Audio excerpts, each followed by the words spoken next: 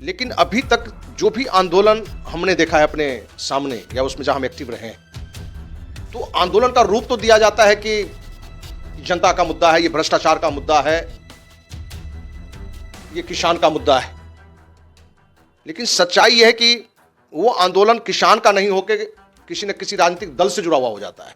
राज्य के किसान एक्टिव हैं, बिहार यूपी के किसान क्यों नहीं, झारखंड के किसान क्यों नहीं? जो आपने पूर्व में भी देखा होगा कि आम आदमी पार्टी विशेषकर वो सहयोग कर रहा था और उसका फायदा उसको चुनाव में मिला। आम आदमी पार्टी पंजाब में भारी बहुमत से जीता। उसकी एक बड़ा पूरे देश में एक माहौल है, नरेंद्र मोदी के सामने कहीं कोई टिक नहीं रहा है। यही कारण है कि बिहार में नीतीश कुमार राजद छोड़ के मोदी के साथ है। मोदी को कमजोर करना नहीं, बल्कि मोदी के जो खिलाफ जो पार्टियां हैं उनका वो सहयोग लेना चाहता है।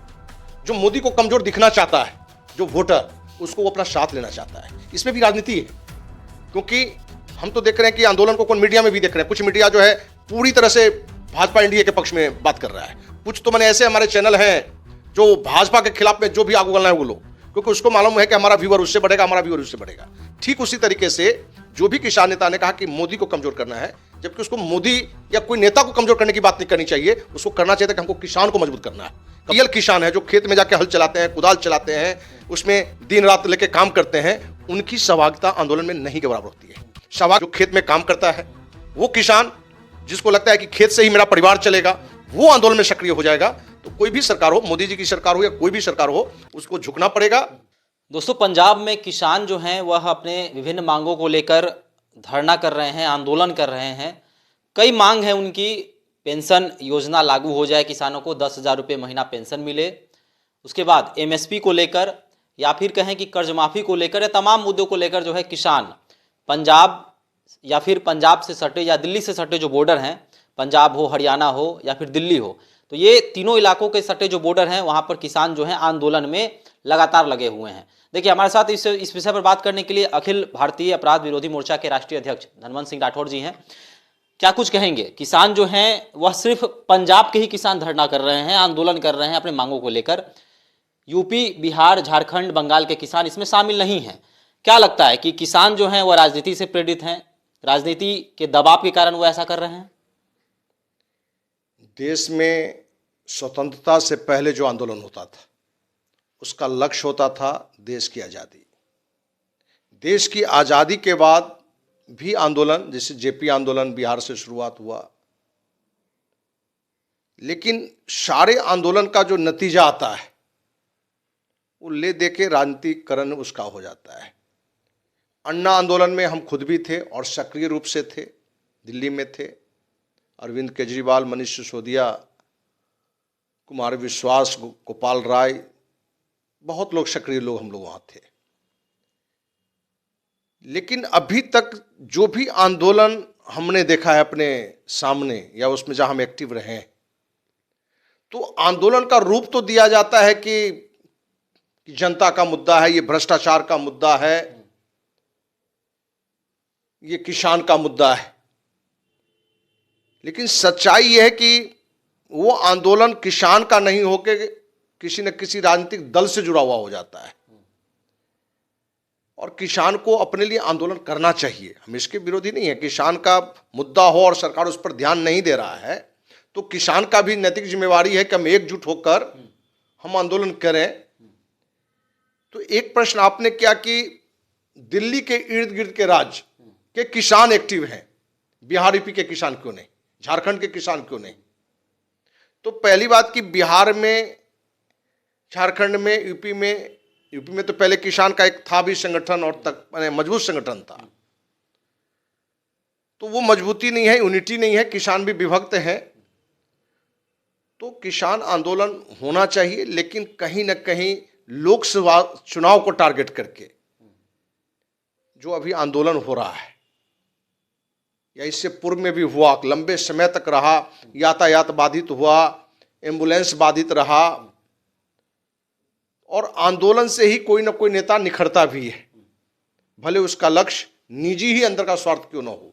नाम दिया जाता है किसान का, भ्रष्टाचार का, क्योंकि अन्ना हजारे आए भ्रष्टाचार के खिलाफ, लेकिन जिन लोगों का राजनीतिक लक्ष्य था तो भ्रष्टाचार का मुद्दा बना के अपना राजनीतिक स्वार्थ सिद्धि किया। और जो आंदोलन करता होता है, वो किसान हो या कोई भी संगठन हो, तो जो राजनीतिक दल को लगता है कि इस आंदोलन से हमें फायदा होगा, वो आंदोलन को सहयोग करता है, प्रश्रय देता है। जो आपने पूर्व में भी देखा होगा कि आम आदमी पार्टी विशेषकर वो सहयोग कर रहा था और उसका फायदा उसको चुनाव में मिला। आम आदमी पार्टी पंजाब में भारी बहुमत से जीता, उसकी सरकार वहां बनी। तो अब लोकसभा चुनाव है, आपकी जानकारी में ये भी है, राम पुरुषोत्तम राम है, राम मंदिर बननी भी चाहिए, लेकिन कहीं ना कहीं उसका भी राजनीतिकरण होता है। अपने यहां हर काम का राजनीतिकरण होता है और आज कहीं ना कहीं पूरे देश में आप मीडिया के लोग एक माहौल भी क्रिएट किए हैं कि राम मंदिर का निर्माण होने के कारण एक बड़ा पूरे देश में एक माहौल है, नरेंद्र मोदी के सामने कहीं कोई टिक नहीं रहा है। यही कारण है कि बिहार में नीतीश कुमार राजद छोड़ के मोदी के साथ है, जो पूर्व में कहे कि हम मिट्टी में मिल जाएंगे लेकिन हम भाजपा में नहीं जाएंगे। वहीं एक न्यूज आप ही लोग के माध्यम से चल रहा है कि मध्य प्रदेश से कमलनाथ कांग्रेस छोड़कर भाजपा में शामिल होने वाले हैं। तो आज का नेता का भी जो राजनीति है वो मूल्यों की राजनीति नहीं है, सिद्धांत की राजनीति नहीं है, उनकी भी राजनीति चुनाव है।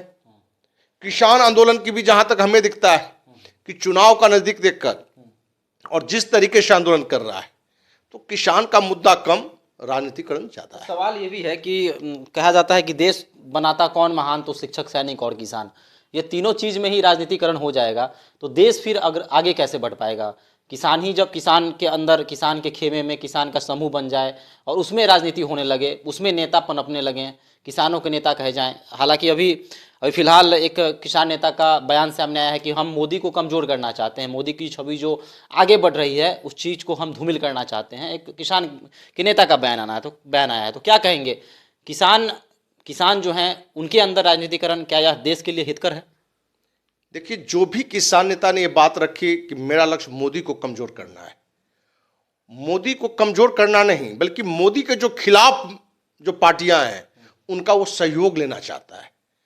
जो मोदी को कमजोर दिखना चाहता है, जो वोटर, उसको वो अपना साथ लेना चाहता है। इसमें भी राजनीति है, क्योंकि हम तो देख रहे हैं कि आंदोलन को कौन मीडिया में भी देख रहे हैं, कुछ मीडिया जो है पूरी तरह से भाजपा एनडीए के पक्ष में बात कर रहा है, कुछ तो मैंने ऐसे हमारे चैनल हैं जो भाजपा के खिलाफ में जो भी आग उगलना है उगलो, क्योंकि उसको मालूम है कि हमारा व्यूअर उससे बढ़ेगा, हमारा व्यूअर उससे बढ़ेगा। ठीक उसी तरीके से जो भी किसान नेता ने कहा कि मोदी को कमजोर करना है, जबकि उसको मोदी या कोई नेता को कमजोर करने की बात नहीं करनी चाहिए, उसको करना चाहिए था कि हमको किसान को मजबूत करना है, कमजोर करने की बात नहीं, हमको किसान को मजबूत करना है, किसान के फायदे की बात करनी है, क्योंकि अपना देश किसान प्रधान, कृषि प्रधान राष्ट्र है। तो किसान की मजबूती तो चाहिए ही, लेकिन उसकी भी क्या हो सकता है, कितना हो सकता है, वो तो राष्ट्रीय स्तर पर उसकी परिचर्चा हो, उसकी बैठक हो, सभी पार्टी के राजनीतिक नेता उस मुद्दे पर बैठ के एक निष्कर्ष निकाले कि किसान के लिए हम क्या कर सकते हैं। क्योंकि किसान या अपने का शिक्षक या सैनिक, ये राजनीति का विषय नहीं है, इनके लिए राजनीति नहीं करनी चाहिए, क्योंकि ये तीन देश का आत्मा है और इन्हीं को लेकर लोग राजनीति करें। क्योंकि किसान आंदोलन में भी जो रियल किसान है, जो खेत में जाके हल चलाते हैं, कुदाल चलाते हैं, उसमें दिन रात लेके काम करते हैं, उनकी सहभागिता आंदोलन में नहीं के बराबर होती है। सहभागिता किनकी होती है? जो किसी न किसी राजनीतिक दल से जुड़े हुए हों, किसी न किसी राजनीतिक दल से उनको फंड मिलता हो, या मजबूत किसान हो, संपन्न किसान हो, वो आंदोलन में ज्यादा दिखते हैं।